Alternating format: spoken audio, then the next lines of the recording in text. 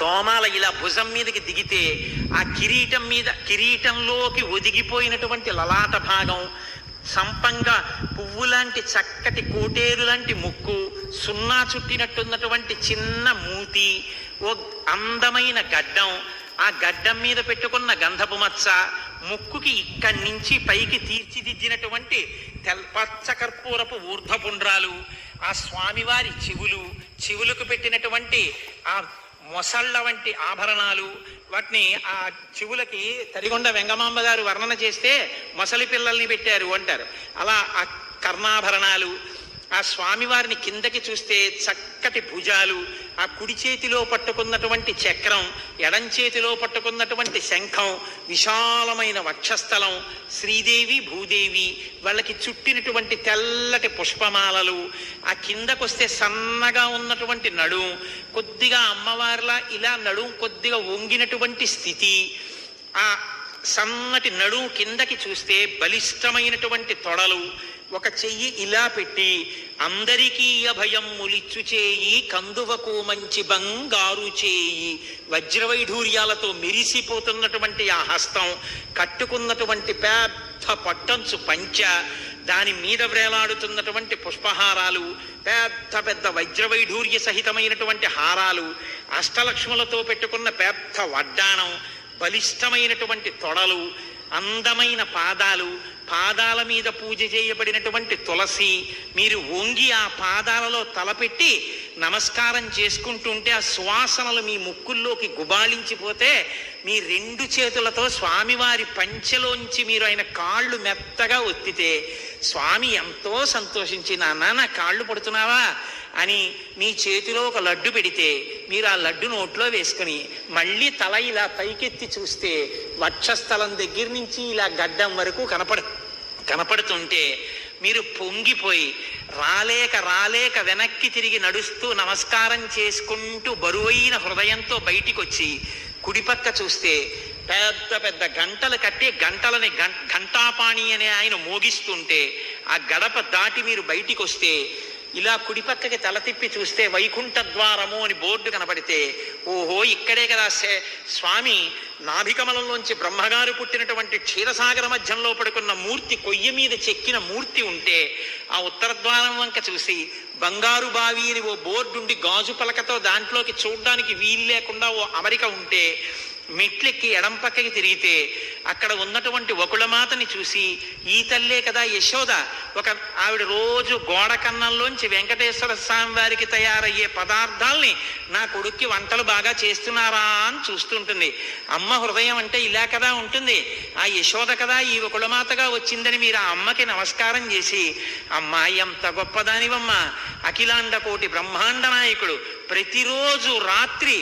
లక్ష్మీ సహితుడై వచ్చి ఆ వెంకటేశ్వర స్వామి వారు, అమ్మా నీ కాళ్ళు పడతారు కదమ్మా, అమ్మా లక్ష్మి ఇంక వెళ్ళి పడుకో, వాడు పాపం 1 గంట వరకు దర్శనం ఇస్తూనే ఉంటాడు, వాడు పడుకునేదే గంట, పడుకోండర్రా అంటే మీ ఇద్దరు వెళ్ళి పడుకుంటారు. అమ్మా ఈ కోటేశ్వరరావు వచ్చి వెళ్ళాడని ఒక్క మాట చెప్పమ్మా అంటే, అసలు నిన్ను రోజు వాడు తలుచుకుంటాడు రా అబ్బాయి అని అమ్మ చెప్తే ఆనందపడిపోయి అమ్మ పెట్టినటువంటి అప్పం ఒకటి పుచ్చుకొని ఆ ముందుకెడితే పెద్ద పాతుకలు తల మీద గట్టిగా పెట్టి ఇంత ఉద్ధరినితో చెయ్యి నిండిపోయేంత తీర్థం చేతిలో పోస్తే ఆ తీర్థం పుచ్చుకుని లోపలికి చూస్తే నోటికి ఇలా చెయ్యి అడ్డు పెట్టుకున్న ఆజ్ఞాపాలక హనుమ, జాంబవంతుడు మొదలైనటువంటి మూర్తులు కనపడితే ఒక నమస్కారం చేసి ముందుకెళ్ళి మెట్లు దిగి కొంచెం ముందుకెడుతూ ఇలా ఎడం పక్కకి తల తిప్పితే ఇక్కడే కదా వస్త్రాలంకార సేవ చేసే వాళ్ళని కూర్చోపెట్టి వస్త్రాలు తెచ్చి తల మీద పెడతారు అనుకుని కుడి పక్కకి తిరిగితే ఎడంవేపు అరుగు మీద పరకామణి డబ్బులు లెక్కెట్టే వాళ్ళు వెండి బంగారం తెల్లటి లుంగీ పంచెల్లా కట్టు కూర్చుని 500 కాగితాలు 1000 కాగితాలు వివిధ దేశాల యొక్క కరెన్సీలు అన్ని రాసులు కింద పోసి ఉంటే